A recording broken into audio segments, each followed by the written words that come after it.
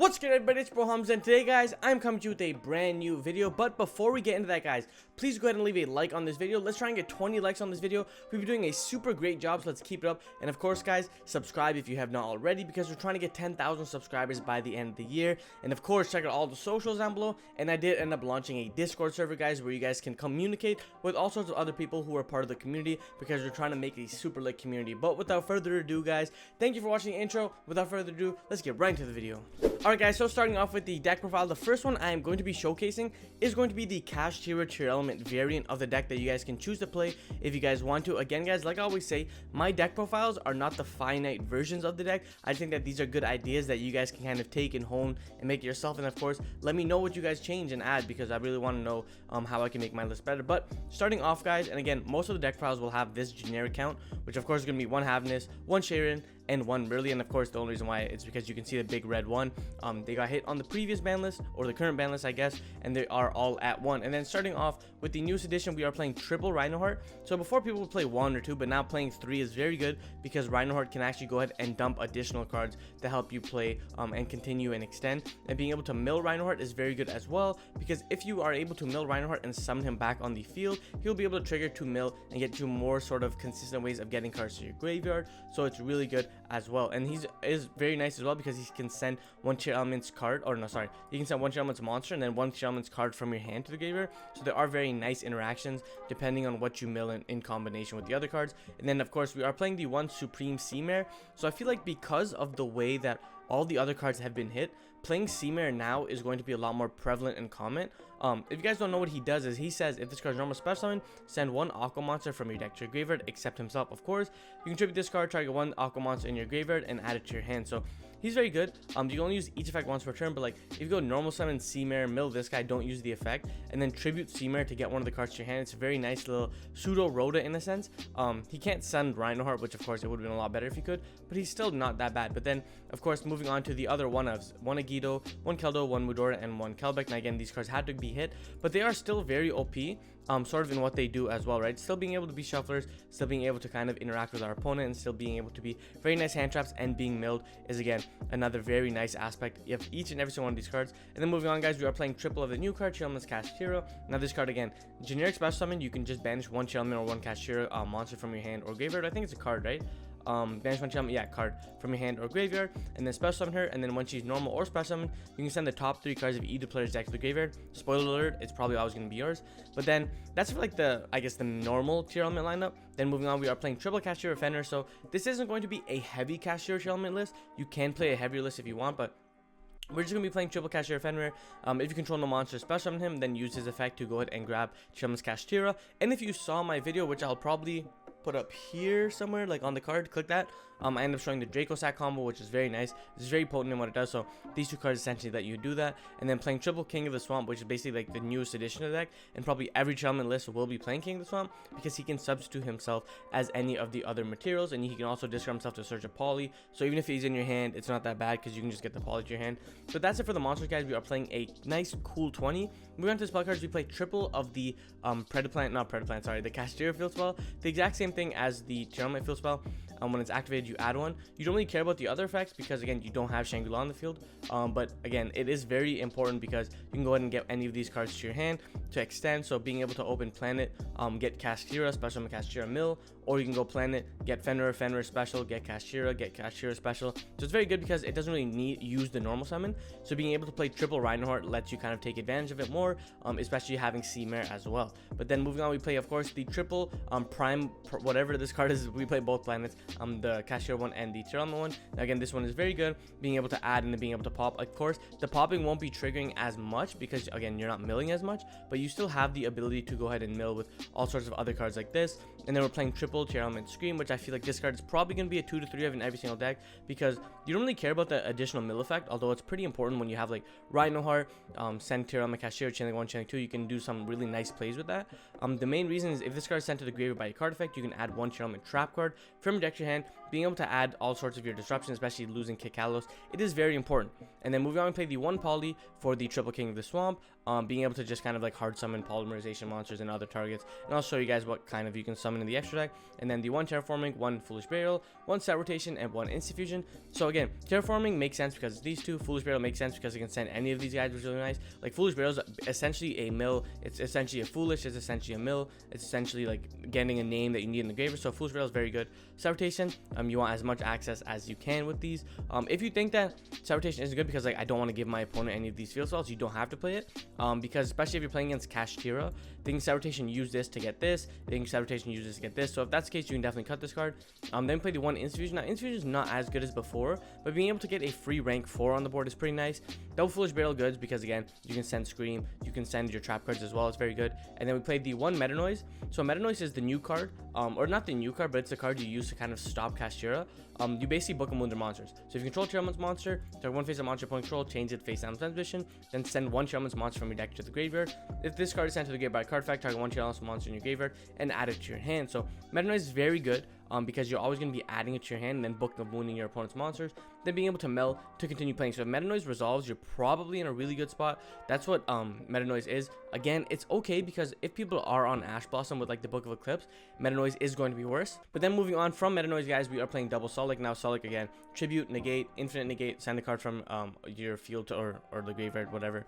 So meta noise is very good. Then play the 1 Tribute Karma. Now again, I showcased in my combos, Tribute Karma can substitute with almost any card because you can banish this card and then you can add 1 spell tracker that lists Vice's Starfrost, which is literally this, I don't think it's Tearlament Scream. Oh no, it is Tearlament Scream. Yeah. So there are all sorts of other cards that you can add. You can add any of these guys as well. You can't add this, but you can add this. So it's really good. Tribute Karma. So again, being able to play is very nice. Foolish Burial Goods acts as like another pseudo Rhoda in this deck. Now again, the deck's playstyle changes to Hyper Turbo Mill to kind of controlling the board state. But then again, for extras, you can play Shangri-La and Rise Heart. You can play a heavier count of Kashtiras if you want. I think that this is pretty good as is. The Kashtiras do conflict. But then moving on to the extra guys, you play the 1 Mud Dragon. Again, generic summoner. Instant Fusion helps you get into the 4s. Drago Stapula again, very nice as well. Generic Fusion, you can poly it. You can poly any of these cards.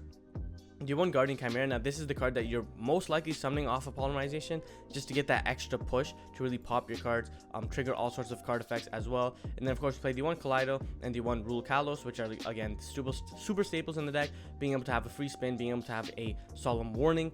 And then we have the 1 Abyss Dweller, of course, 1 Baguska, 1 Time Thief Redoer. Now these cards are very good. Redoer in itself is a lot better because you can overlay your monsters then during your opponent's turn play, so Redoer is very good. And then we play the Draco Sack for the combo, which is the double token, and Cherubini.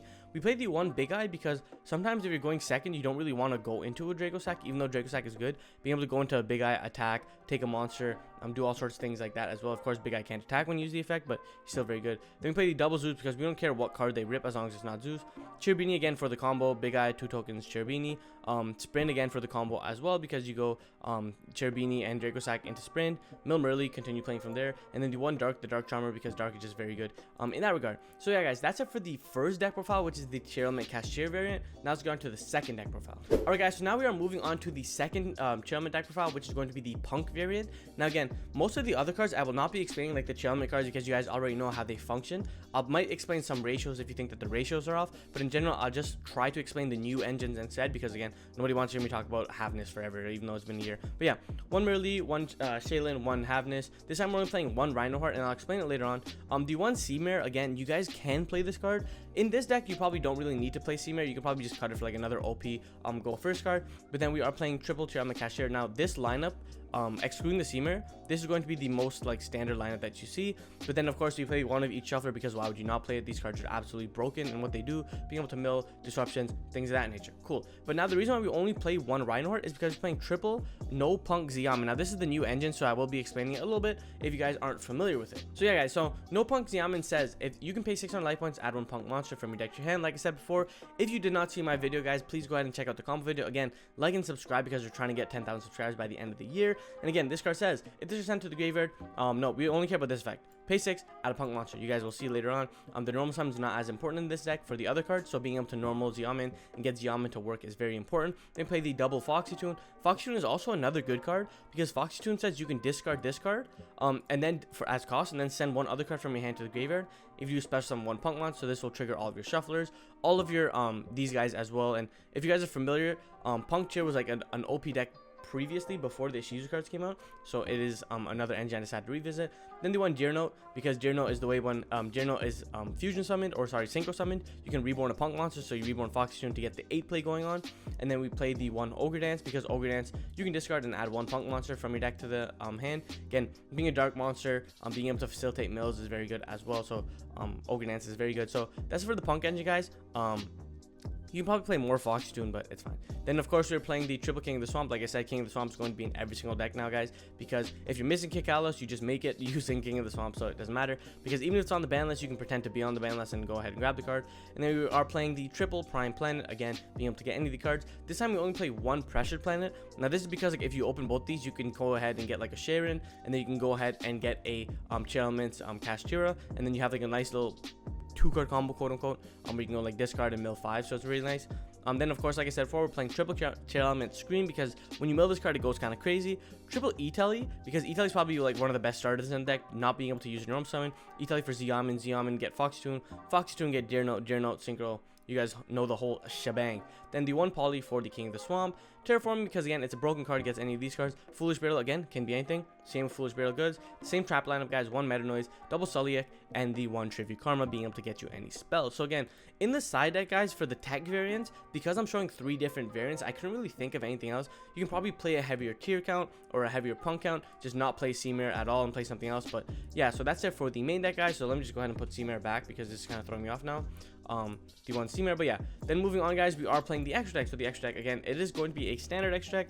The one Mud Dragon, one Garura, one Starving Venom, the one Grapha Dragon Overload. Now Grapha is pretty good because it can negate a monster effect or a normal spell trap card by making the effect discard 1 card from your hand, so you can be able to facilitate. And again, all it takes is Grapha plus 1 dark monster, and again, King of the Swamp can become anything, guys.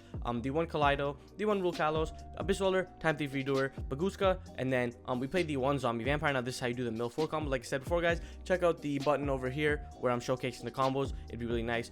This is how you really facilitate a lot of your combos and go into a lot more kind of devious plays, and being a level 8 is how you kind of get into that. The one Zeus, because Zeus is very good. You can definitely make space for the other Zeus. I just couldn't really find where, maybe with Grapha. And then the one Dark, the one Sprint. Now again, Sprint is very good and very important in the combo as well, similar to Dark, where depending on what you mill with Zombie Vampire, you can special it and then link into Dark. Dark reborn the card, get some sort of Magnemite effect, and then go into Sprint, and then Sprint can continue facilitating your plays. The one Scarlight, because this is the 8 that you make, so I couldn't really think of a better Dark monster, like I said before, so going into Scarlet Red Dragon is probably the best one, because he has the best on-field effect. And then the one Baron, because it's very easy to make when you have Ziyaman and cards of that nature. So again, guys, that's it for the Punk variant. If you guys, again, if you have any questions, let me know, guys. Now let's move on to the final variant. So guys, now we are moving on to the 3rd and final variant, and I think that this is probably the best variant. I call it like Tearlament Ohime, or like Diviner Tier, or something like that. And the reason for that, of course, you are playing triple Diviner. Now, like I said before, guys, I will not be explaining the other cards in the deck because you guys have heard it already. I'll just be explaining the, you know what I mean, like the newer cards. So in this engine, we are playing the Diviner engine. Now the Diviner engine is level 2 monster, of course. It's better with Sprite Elf, but RP Sprite Elf, you are banned for a reason. But Diviner says when it's normal specimen, you can send 1 fairy monster from your deck or extra deck to the graveyard, and if you do, change this card's level. So if Diviner goes ahead and mills a Kelbeck, she'll be a level 6, and then Kelbeck will get a 5 miller. Same with Agito, get mill 5. Same with Mudora and Keldeo being able to get Shuffler, so it's very good. Diviner can't send any of these guys, which is like fine, because you'd rather go into a mill 5 to get these cards in your spell cards as well. Of course, triple Tearlament Kashtira plus the triple King of the Swamp, and then we play triple Ohime, the manifested Mikanko. Now again, Ohime says you can reveal her, add a Mikanko card from deck to hand, then discard a card. So you go like normal Diviner, mill Herald, Herald get Mikanko, Mikanko reveal, discard card, summon Mikanko. Again, like I said before in the combos I was showcasing, it's pretty nasty. Then play the one Beast and the one Squamata, because I feel like these mills are a lot more controlled, and you kind of pick what you mill almost, in a sense, because if you go normal summon Diviner, mill everything, go into a Beatrice, dump the Beast, and then during your opponent's turn, force the fusion summon, go into a window during your opponent's turn. It's very good, which I'll showcase later on. But yeah, so Ohime is the level 6, this card goes into level 6, then you play the one Beast and the one Squamata, because it's the most generic ones, of course. You don't want to be playing cards that don't really do much. We are playing the triple Nibiru because this is the best defensive card I can think of, plus the one Herald of Orange Light. The reason why I say this is because you're playing sorry, not 1. 1, 2, 3, 4, 5, 6, 7, 8, 9, 10. So you're playing 10 fairies, so the odds of drawing the 1 orange light, being able to play through D-shifters and stuff like that is still very potent, especially when you go like Herald, discard color, you can start rubbing your hands, looking your opponent in the eyes as he slowly starts to cry and wither away. And then we play the triple field spell.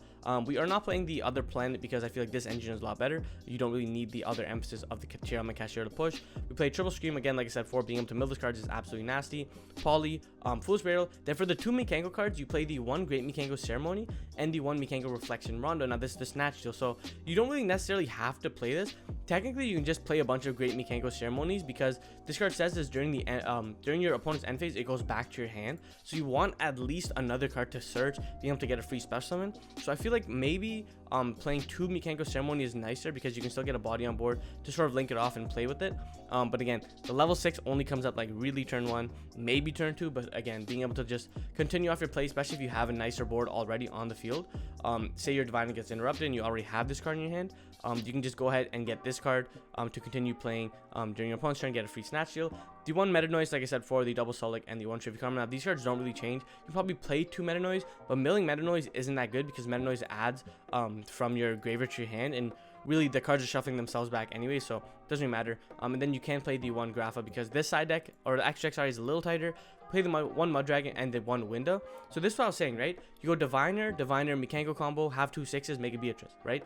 Then say you end up milling a Shaddoll card during your turn. During your opponent's turn, you mill any of these cards. These cards can activate to fusion summon using themselves. So they go Shaddoll plus a dark monster into a window during your opponent's turn. Lock your opponent out of the game, especially when they use card special summon. Very toxic to deal with, guys. And again, this is kind of the way that Tearlament needs to win now. The 1 Dragon Spelia, again, Collider, Vulcalos, Baguska, Dweller, Time Thief, Redoer. These cards are all standard. Beatrice, like I said, for Diviner is the 1 card Beatrice. Diviner goes ahead and dumps Herald, becomes a 6. Herald gets P.U.N.K summon, go into Beatrice. Beatrice mill, continue your play from there. Usually the best cards you're probably going to want to mill off of Beatrice is either Trivia Karma, because it can get you any of the ones that you need, or you can get a Kelbeck mill 5 later on to deck in. Double Zeus, like I said, 4, doesn't matter what they rip as long as it's not Zeus. The 1 Dark, the Dark Charmer, because again, being able to just reborn is very nice. The Sprint as well, because Sprint just OP, being able to send Merly. Sending the Diviner is cool. It's not that needed, but sending the Diviner is cool. And then we do play the 1 Herald of the Orange Light off of the Diviner and the 1 Baron de Fleur. So again, guys, that was it for my 3 videos, my 3 profiles. I really appreciate everybody watching it. Let's get 20 likes on the video, guys. 10,000 subscribers by the end of the year. Peace. So guys, that was it for the video. If you guys liked the video, enjoyed the deck profiles, please go ahead and let me know by leaving a like, comment. Again, I always respond, and subscribe if you made it to the end of the video and you are not yet subscribed, because come on, man, what are you doing? Just subscribe. But without further ado, guys, my name is Hamza, and like I always say, keep on shining, never go on your dreams. Peace.